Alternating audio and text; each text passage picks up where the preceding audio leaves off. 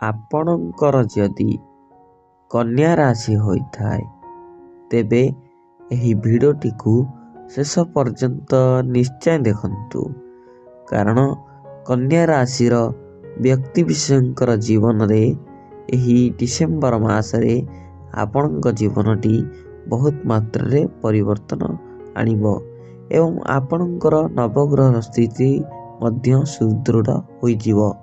ତେଣୁ ଆପଣ ଯଦି କନ୍ୟା ରାଶିର ବ୍ୟକ୍ତିବିଶେଷ ହୋଇଥାନ୍ତି ଏବଂ ଈଶ୍ୱରଙ୍କୁ ସଚ୍ଚା ହୃଦୟରେ ବିଶ୍ୱାସ କରୁଥାନ୍ତି ତେବେ ଭିଡ଼ିଓଟିକୁ ଲାଇକ୍ କରିବା ସହ କମେଣ୍ଟରେ ଜୟ ଜଗନ୍ନାଥ, ଜୟ ଶନିଦେବ, ଜୟ ମହାଦେବ ନିଶ୍ଚୟ ଲେଖିବେ। ଦେଖନ୍ତୁ, ପ୍ରାୟତଃ କନ୍ୟା ରାଶିର ବ୍ୟକ୍ତିବିଶେଷମାନେ ବହୁତ ପରିଶ୍ରମୀ ଏବଂ ସାହସୀ ହୋଇଥାନ୍ତି।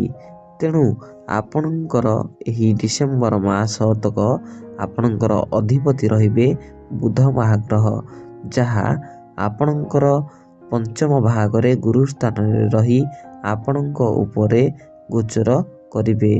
ଫଳରେ ଆପଣଙ୍କୁ ଧନ ଏବଂ ଜ୍ଞାନ ମାନର ବୃଦ୍ଧି ଘଟିବ।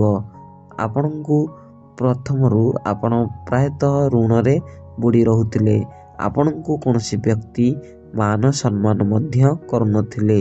ଦେଖିବେ ସେଥିରେ ଆପଣଙ୍କୁ ଆଉ ଅବହେଳା ହେବ ନାହିଁ। ଆପଣଙ୍କୁ ଯେଉଁଆଡ଼ୁ ହେଉନା କାହିଁକି ଆପଣଙ୍କୁ ଧନର ପ୍ରାପ୍ତ ହେବ। ଆପଣ ଏହି 2025ର ଡିସେମ୍ବର ମାସ ଶେଷ ମାସରେ ଆପଣ କୌଣସି ନୂତନ ଗୃହ ମଧ୍ୟ ନିର୍ମାଣ କରିପାରନ୍ତି ଏବଂ ଆପଣଙ୍କ ଘରେ ଯେଉଁ କଳିକଜିଆ ସୃଷ୍ଟି ହେଉଥିଲା ତାହାର ମଧ୍ୟ ଦୂର ହୋଇଯିବ। ତା ସହିତ ଆପଣ ଯଦି କନ୍ୟା ରାଶିର ବ୍ୟକ୍ତିବିଶେଷ ହୋଇଥାନ୍ତି ଏହି ଡିସେମ୍ବର ମାସରେ ମଧ୍ୟ ଆପଣଙ୍କର କୌଣସି ପୈତୃକ ସମ୍ପତ୍ତି ପ୍ରାପ୍ତ କରିବାର ମଧ୍ୟ ସୁଯୋଗ ଅଛି। ଏବଂ ଦେଖନ୍ତୁ, ଏହା ଆପଣଙ୍କର ବୁଧ ରହିଲେ ପଞ୍ଚମ ଭାଗରେ ଏବଂ ଆପଣଙ୍କର ସପ୍ତମ ଭାଗରେ ରହିବେ ଦେବଗୁରୁ ବୃହସ୍ପତି, ଯାହାଫଳରେ କି ଆପଣ ଯଦି ଏକ ଶିକ୍ଷାର୍ଥୀ ହୋଇଥାନ୍ତି ତେବେ ଆପଣଙ୍କର ଶିକ୍ଷା କ୍ଷେତ୍ରରେ ବହୁତ ମାତ୍ରାରେ ଉନ୍ନତି ଆସିବ ଏବଂ ଆପଣ ବହୁତ ମାତ୍ରାରେ ସ୍ମରଣ ଶକ୍ତି ମଧ୍ୟ ବୃଦ୍ଧି ହେବ ଏବଂ ପାଠ ପଢ଼ିବାକୁ ମଧ୍ୟ ଆଗ୍ରହ ହେବେ ଏବଂ ପାଠ ପଢ଼ି ମଧ୍ୟ କୌଣସି ରୋଜଗାରକ୍ଷମ ମଧ୍ୟ ଆପଣ କରିପାରିବେ। ପ୍ରାୟତଃ କନ୍ୟା ରାଶିର ବ୍ୟକ୍ତିବିଶେଷମାନେ ବହୁତ ପରିଶ୍ରମୀ ହୋଇଥାନ୍ତି। ସେଥିପାଇଁ କନ୍ୟା ରାଶିର ବ୍ୟକ୍ତିବିଶେଷମାନେ ଆପଣ ଯଦି ଏକ ଶିକ୍ଷାର୍ଥୀ ହୋଇଥାନ୍ତି ତେବେ ଆପଣଙ୍କ ପାଇଁ ଏହା ଏକ ସୁବର୍ଣ୍ଣ ସୁଯୋଗ ଅଟେ। ପରୀକ୍ଷାର୍ଥୀମାନେ ବହୁତ ମାତ୍ରାରେ ଭଲ ନମ୍ବର ମଧ୍ୟ ଏହି ଡିସେମ୍ବର ମାସରେ ରଖିବେ। ଦେଖନ୍ତୁ, ଆପଣଙ୍କର ଶନି ମଧ୍ୟ ଆପଣଙ୍କର ନବମ ଭାଗରେ ରହିଲେ। ଶନି ଆପଣଙ୍କର ନବମ ଭାଗରେ ରହିଥିବାରୁ ଆପଣଙ୍କ ଉପରେ ବିଶେଷ କିଛି ଫଳପ୍ରଦ ହେବ ନାହିଁ। ତଥାପି ଆପଣ ଆପଣଙ୍କର କର୍ମ ଉପରେ ଧ୍ୟାନ ଦିଅନ୍ତୁ ଏବଂ ଆପଣଙ୍କର କର୍ମଟିକୁ ସୁଦୃଢ଼ ଭାବେ ଇମାନଦାରୀ ଭାବେ କାର୍ଯ୍ୟ କରନ୍ତୁ।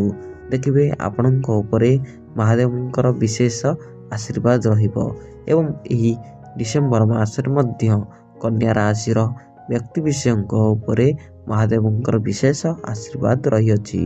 ତେଣୁ ପ୍ରତ୍ୟେକ ସୋମବାର ଦିନ ଆପଣ ଆମିଷ ଖାଇବା ବନ୍ଦ କରିଦିଅନ୍ତୁ ଏବଂ ମହାଦେବ ମନ୍ଦିରକୁ ଯାଇ ଜଳସାଇ ମଧ୍ୟ କରନ୍ତୁ। ଦେଖିବେ ବହୁତ ମାତ୍ରାରେ ଆପଣଙ୍କର ଉନ୍ନତି ଘଟିବ। ଏବେ ଯଦି ଆମେ ଦେଖିବା ଆପଣଙ୍କର ସ୍ୱାସ୍ଥ୍ୟ କ୍ଷେତ୍ରରେ ସୂର୍ଯ୍ୟ ଏବଂ ଶୁକ୍ର ଏକତ୍ରିତ ହୋଇ ରହିଛନ୍ତି, ଯାହା ଆପଣଙ୍କ ଏହି ଡିସେମ୍ବର ମାସରୁ ଜାନୁଆରୀ 9 ପର୍ଯ୍ୟନ୍ତ ଚଳନ କରିବେ।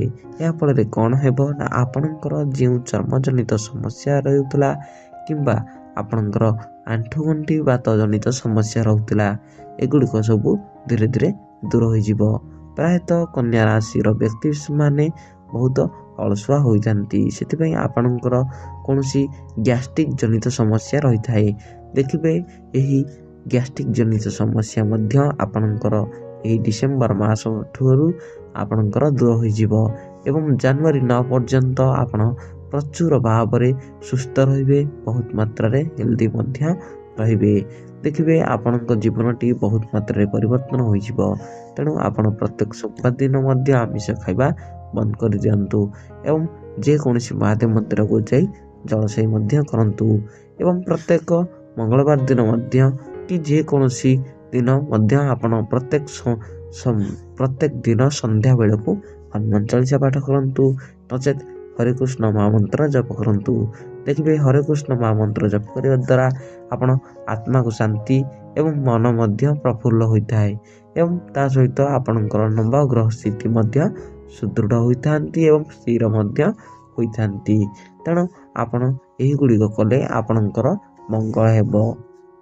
ତେଣୁ ଆପଣ ଯଦି କନ୍ୟା ରାଶିର ବ୍ୟକ୍ତି ବିଶେଷ ହୋଇଥାନ୍ତି ଏବଂ ଈଶ୍ୱରଙ୍କୁ ସଚ୍ଚା ହୃଦୟରେ ବିଶ୍ୱାସ କରନ୍ତି, ତେବେ କମେଣ୍ଟରେ ଜୟ ଜଗନ୍ନାଥ, ଜୟ ମହାଦେବ, ଜୟ ଶନିଦେବ ନିଶ୍ଚୟ ଲେଖିବେ ଏବଂ ଭିଡ଼ିଓଟିକୁ ଲାଇକ୍ କରି ସବସ୍କ୍ରାଇବ୍ ମଧ୍ୟ କରିଦେବେ। ରହୁଛି, ଧନ୍ୟବାଦ, ଜୟ ଜଗନ୍ନାଥ।